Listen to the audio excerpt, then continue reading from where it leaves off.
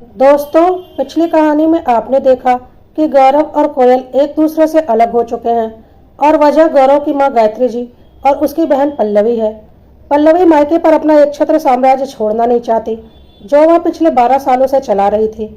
इसलिए उसने गौरव का अपनी मां गायत्री जी के साथ मिलकर उसकी पत्नी के खिलाफ इतना ब्रेन वॉश किया कि गौरव और कोयल का तलाक हो गया और इस बात को 5 वर्ष बीत चुके हैं। अब पल्लवी अपने परिवार में पूरी तरह से व्यस्त है और गायत्री जी अपने घर में बिल्कुल अकेली, क्योंकि गौरव तो दिन भर ऑफिस में होता है। अब गायत्री जी को अपनी गलती का एहसास हो रहा है। साथ ही साथ उन्हें ऐसा लग रहा है कि अपनी बेटी की बातों में आकर उन्होंने अपने बेटे की जिंदगी में सिर्फ अकेलापन भर दिया है, क्योंकि गौरव अब दूसरी शादी करने को बिल्कुल भी तैयार नहीं है। आइए देखते हैं आगे क्या हुआ। आज गायत्री जी को अपने किए एक एक गलती का अच्छे से एहसास हो रहा था और आज उन्हें अपने से ज्यादा गौरव के अकेलेपन की फिक्र हो रही थी। ठीक ही तो कह रहा था गौरव, उनके पास तो फिर भी गौरव उनका बेटा है, पर गौरव के पास बुढ़ापे में कौन रहेगा। ना ही उसकी पत्नी है और ना ही उसके कोई बच्चे, और जिस बेटे के कारण उन्होंने यह सब कुछ किया वह तो अपने परिवार में खुश है और अपना परिवार अच्छे से आगे बढ़ा रही है और कभी कभी मायके झांकने के लिए आ जाती है।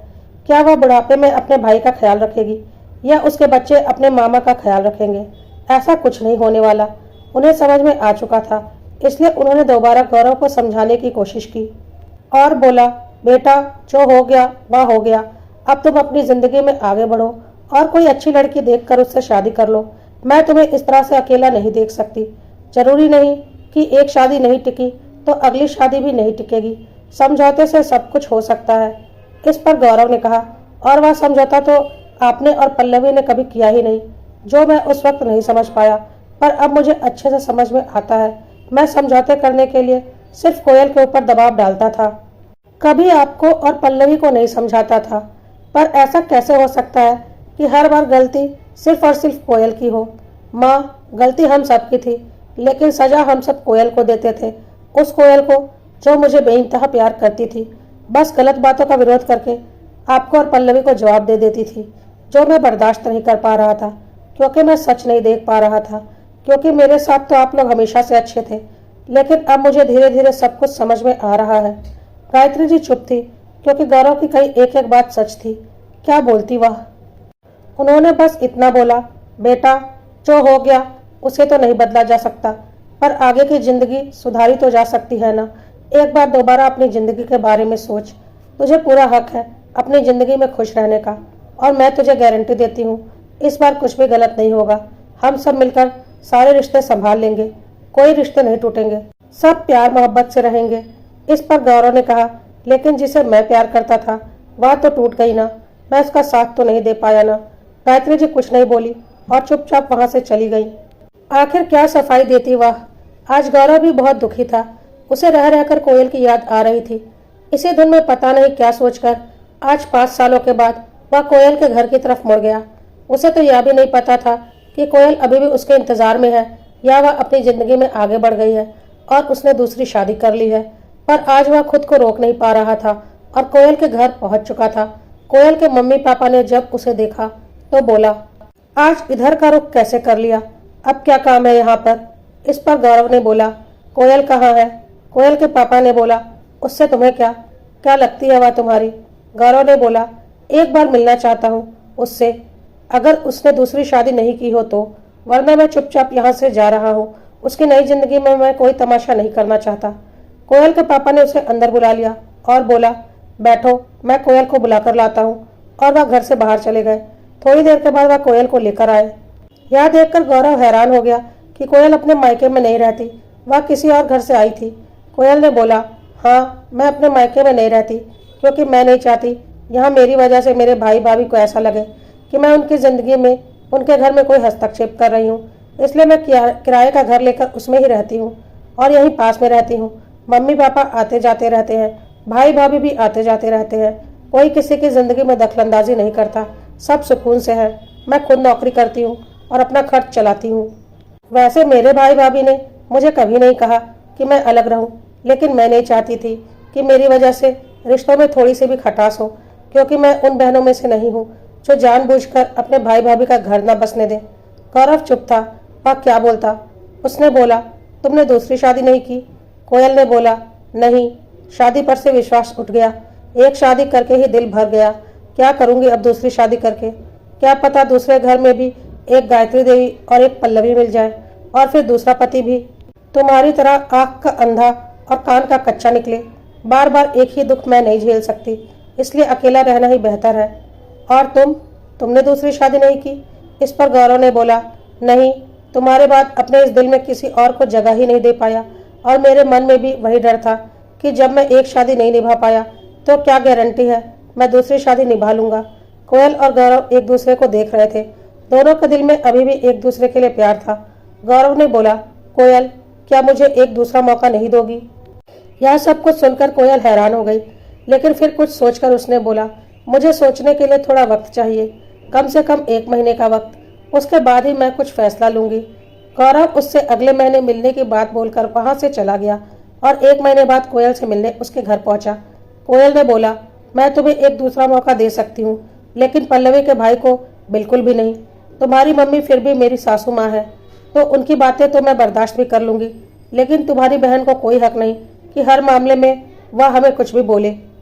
तो अगर मुझसे शादी करनी है तो सिर्फ गायत्री देवी का बेटा बनकर करनी पड़ेगी और मेरा पति बनकर रहना पड़ेगा। पल्लवी का भाई बनकर कभी मेरे सामने मत आना। इतने दिनों में गौरव भी काफी कुछ समझ चुका था और उसने बोला, ठीक है, लेकिन पल्लवी से मैं रिश्ता तो नहीं तोड़ सकता ना। वह तो अपने मायके आएगी ही ना, आखिर मम्मी उसकी भी तो माँ है। कोयल मन ही मन बहुत कुछ सोच रही थी, इसलिए उसने शादी के लिए हाँ कर दी, क्योंकि अब वह भी अपना परिवार बसाना चाहती थी और उसने इसके लिए पूरे इंतजाम भी कर लिए थे इस 1 महीने में। फिर कोयल के माँ बाप की मर्जी से गौरव और कोयल ने मंदिर में जाकर शादी कर ली और गौरव कोयल को लेकर अपने घर आ गया। एकाएक कोयल को घर में देखकर गायत्री जी हैरान हो गई और बोली, यह क्या, कोयल यहाँ कैसे? गौरव ने बोला, माँ, अब तुम्हें अकेलापन नहीं लगेगा, तुम्हारी बहू वापस आ गई है। मैंने और कोयल ने दोबारा शादी कर ली है। सुनकर गायत्री जी थोड़ा हैरान हुई, लेकिन वह गौरव के लिए खुश थी कि चलो कम से कम गौरव को उसका प्यार तो वापस मिल गया।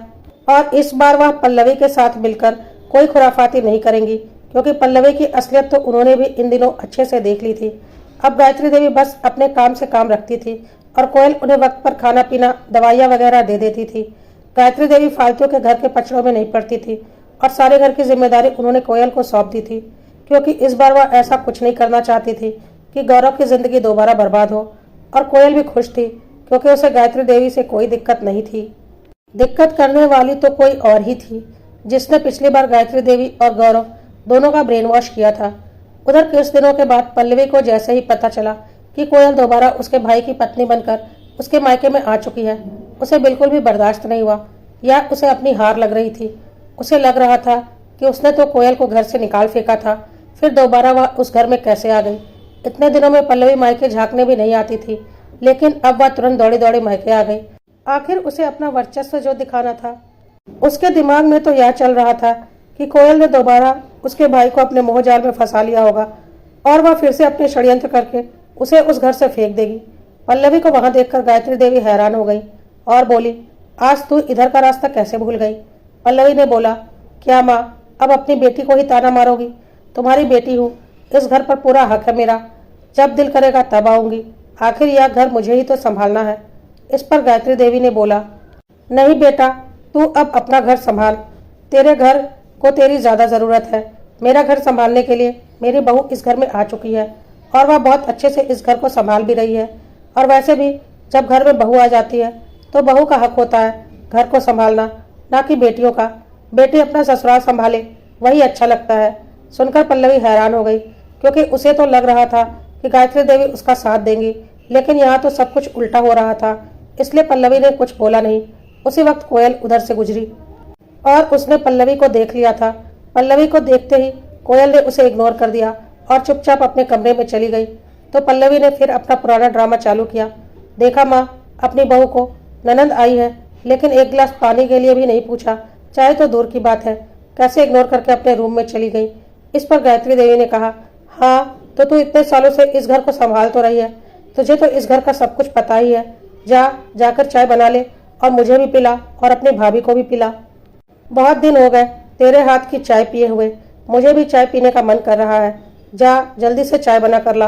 पल्लवी को समझ में आ रहा था कि यहाँ का माहौल काफी बदल चुका है और अब यहाँ पर हावी होने में उसे काफी मेहनत लगेगी।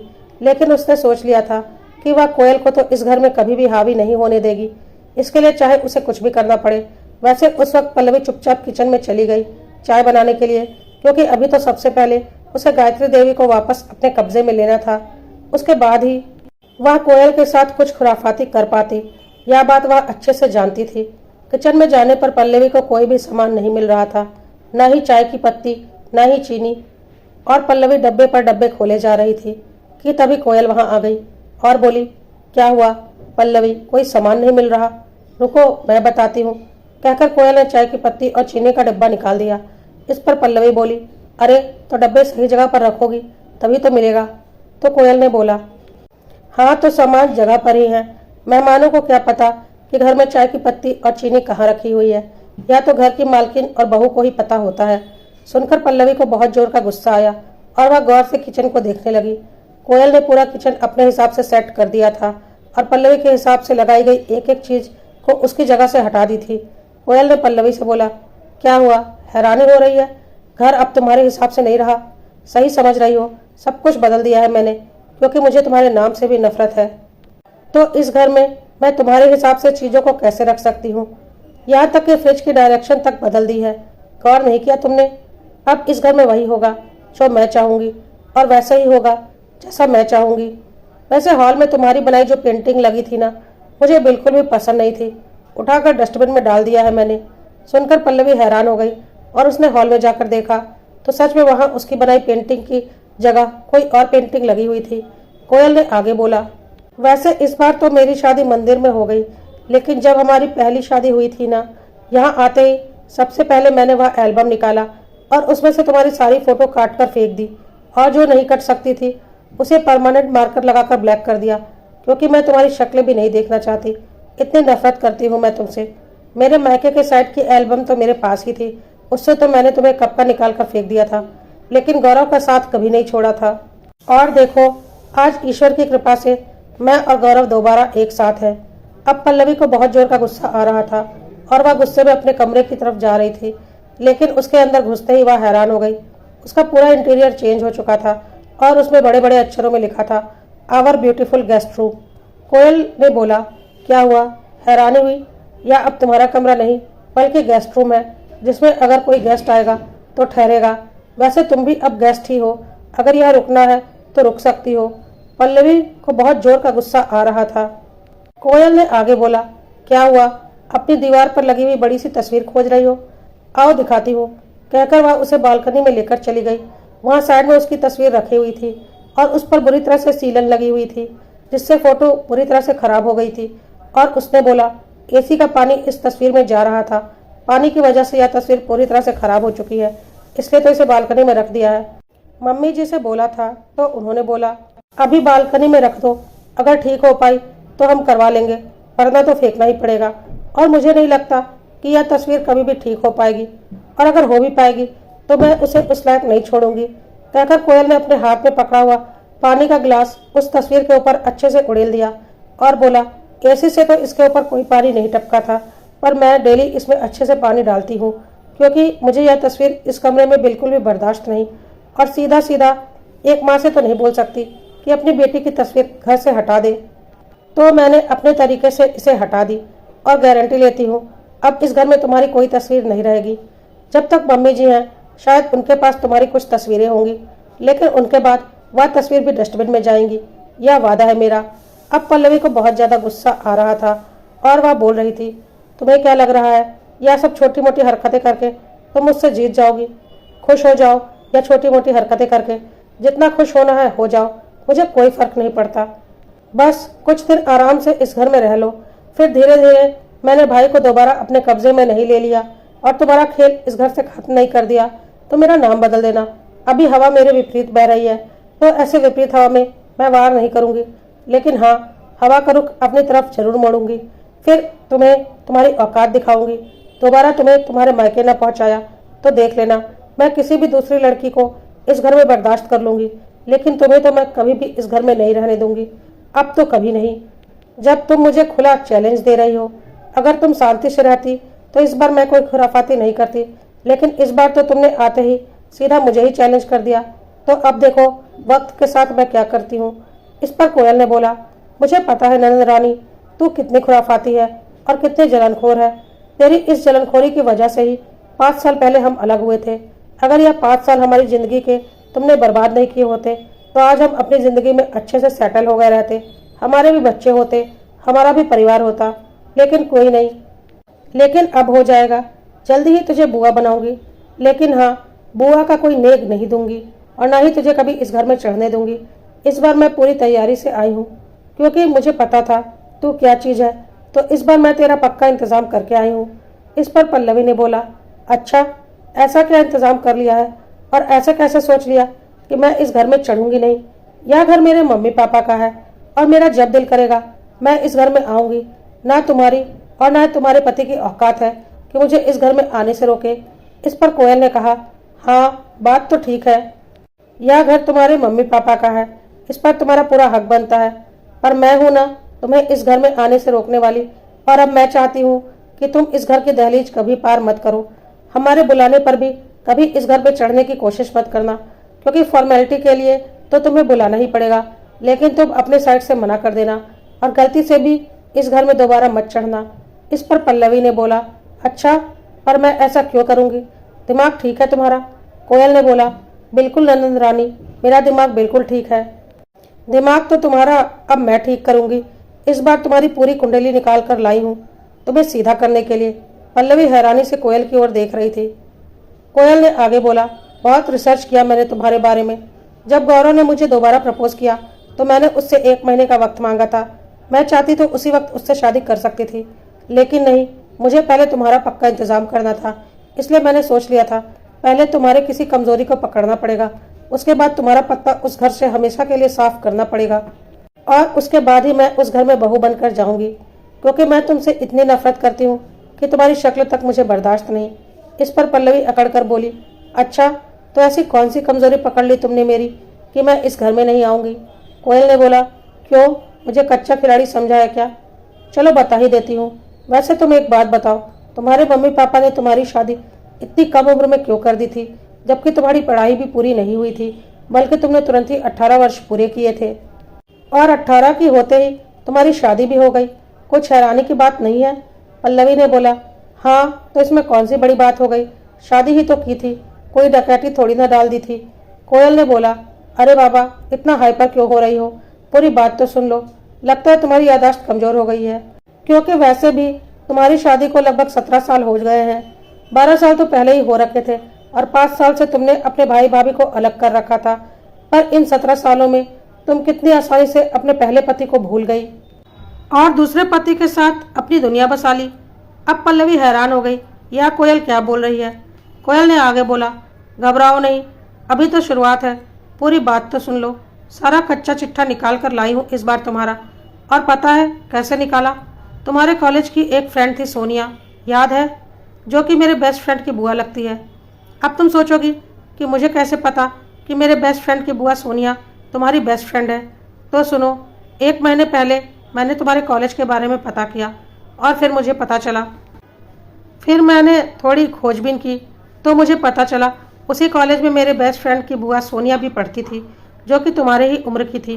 मैं अपने फ्रेंड के साथ उनके पास गई और तुम्हारे बारे में पूछताछ की तो उन्होंने बोला, हाँ, पल्लवी तो मेरे साथ ही पढ़ती थी, पर उसने कॉलेज के 2nd ईयर में ही एक लड़के अविनाश के साथ कोर्ट मैरिज कर ली थी। सुनकर मैं हैरान हो गई। फिर मेरे फ्रेंड की बुआ ने मुझे सारी कहानी सुनाई और बोला कि पल्लवी ने कॉलेज के 2nd ईयर में अपने बॉयफ्रेंड अविनाश के साथ भागकर कोर्ट में शादी कर ली थी। 2 साल से उनका चक्कर चल रहा था और वह अपने 18 साल का होने का इंतजार कर रही थी और 18 साल के होते ही उसने शादी कर ली। उस वक्त उसके पापा बीमार थे और उसका भैया उन्हें लेकर दूसरे शहर गया था उनका इलाज करवाने, और उसकी मम्मी उसके साथ घर में अकेली थी। इसी का उसने फ़ायदा उठाया था, क्योंकि अगर उसके पापा और भैया होते तो वह इतनी आसानी से घर से भागकर शादी नहीं कर पाती। शादी करने के बाद वह अविनाश के घर गई थी, लेकिन अविनाश भी उस वक्त कुछ नहीं करता था और निठल्ला था और आशिकी के भूत में उसने पल्लवी से शादी कर ली थी। अविनाश के मम्मी पापा ने अविनाश से किनारा कर लिया था और बोल दिया था, अगर अपनी मर्जी से शादी की है तो अपनी बीवी का खर्चा खुद ही उठाए, उनके घर में उन दोनों के लिए कोई जगह नहीं है और पल्लवी को अपनाने से साफ इनकार कर दिया था। साथ ही साथ उन्हें पता था कि लड़की भी अपने घर से भाग कर आई है और वह किसी लफड़े में नहीं पड़ना चाहते थे। अविनाश को भी इतनी देर में सारी हकीकत समझ में आ गई थी और पल्लवी को भी। उन्हें समझ में आ गया था कि प्यार मोहब्बत से ज़िंदगी नहीं कटती, बल्कि उसके लिए पहले सेटल होना पड़ता है। उसके बाद उसकी मम्मी उसे खोजते हुए कॉलेज आई थी और कॉलेज से उन्हें अविनाश का पता चला था, क्योंकि पल्लवी के 2-4 खास दोस्तों को इसके बारे में पता था, जिनमें से एक मैं भी थी। और मैंने उन्हें बता दिया था कि शायद पल्लवी अविनाश के साथ होगी और पल्लवी की मम्मी ने उसे खोज निकाला था। उसे काफ़ी समझाया बुझाया था। साथ ही अविनाश के माँ बाप ने उसे अपनाने से भी इनकार कर ही दिया था। अविनाश भी उस वक्त कुछ कमाता नहीं था, तो उसे वह कहाँ रखता, क्या खिलाता, क्या पिलाता। पल्लवी को भी अपनी औकात समझ में आ गई थी, लेकिन उसने ऐसा कांड कर दिया था कि यह बात धीरे धीरे जरूर फैलती। इसलिए आनन फानन में उसकी मम्मी ने उसकी शादी तय कर दी। उसके पापा और भाई तक को कोई बात पता नहीं चलने दी, क्योंकि अगर उन्हें यह बात पता चलती तो वह बहुत नाराज़ होते और टूट जाते। पल्लवी की मम्मी ने यह बोलकर कि अच्छा रिश्ता मिल गया तो शादी करने में कोई हर्ज नहीं, क्या पता कल को ऐसा रिश्ता ना मिले, पल्लवी की शादी जल्दी करवा दी।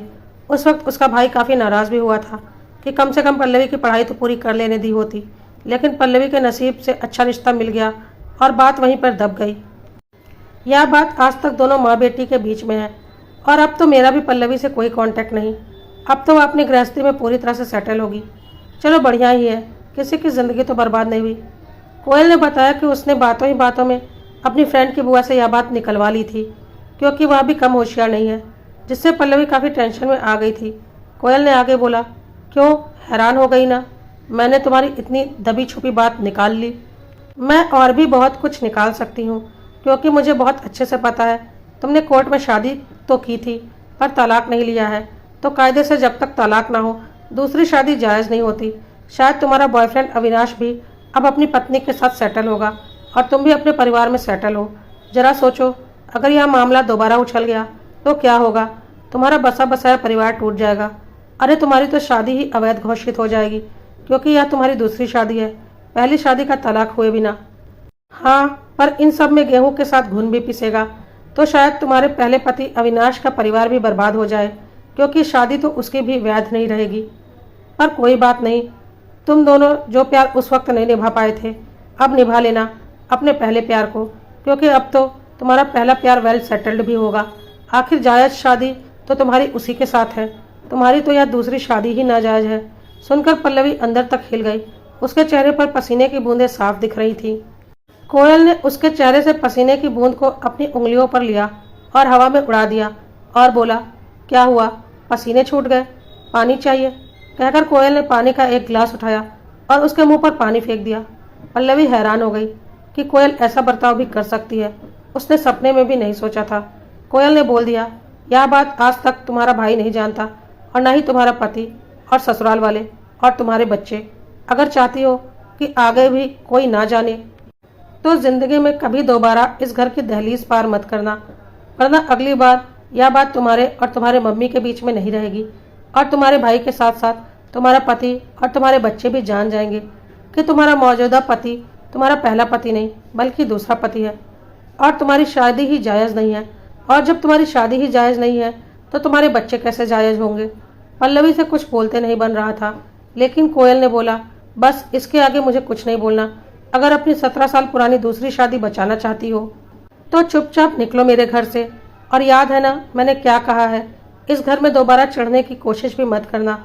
भले ही तुम्हारी माँ कितना भी बुलाए, तुम्हें क्या जवाब देना है या तुम्हें सोचना है, कैसे टालना है या तुम्हें सोचना है, पर इस घर में बिल्कुल भी कदम नहीं रखना है। चलो अब निकलो यहाँ से।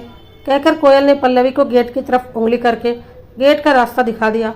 पल्लवी को कुछ भी समझ में नहीं आ रहा था कि ऐसा राज जो उसके सीने में कहीं गहराइयों में दफन था, अब वह उस बात को लगभग भूल भी चुकी थी, दोबारा उसके सामने आकर खड़ा हो गया था। गायत्री देवी ने भी अब तक इस बात को भुला दिया था और कोयल उन्हें दोबारा याद भी नहीं दिलाना चाहती थी, पर उसने सोच लिया था कि अगर इस बार उसके साथ उसकी सास ने थोड़ी सी भी नाइंसाफ़ी करने की कोशिश की तो वह इस मुद्दे को दोबारा उठाने में बिल्कुल भी गुरेज नहीं करेगी। उसका घर टूटेगा तो वह उनकी बेटी का घर भी तोड़कर रहेगी। आखिर यह सच ही तो था कि उनकी बेटी जिसके साथ रह रही थी वह उसका दूसरा पति था। पल्लवी घबराकर तेजी से घर से बाहर निकलने लगी। गायत्री देवी ने आवाज भी दी, अरे बेटा कहाँ जा रही है, खाना तो खाकर जाती। तो पल्लवी ने वहीं से बोल दिया, नहीं मम्मी, सासू माँ ने फ़ोन किया है, मुझे तुरंत घर जाना होगा। और वह बिना कुछ सुने वहाँ से निकल गई, क्योंकि अब वह कोयल से कोई पंगे नहीं लेना चाहती थी। दोस्तों, अगर यह कहानी सुनकर दिल को सुकून मिला हो और मज़ा आया हो, अगर यह कहानी पूरी तरह से सेटिस्फाइंग और रिलैक्सिंग लगी हो तो कमेंट करना और कड़वा सत्य को लाइक, फॉलो और सब्सक्राइब करना मत भूलिएगा। कड़वा सत्य आगे भी आपके लिए ऐसी ही कहानियाँ प्रस्तुत करता रहेगा।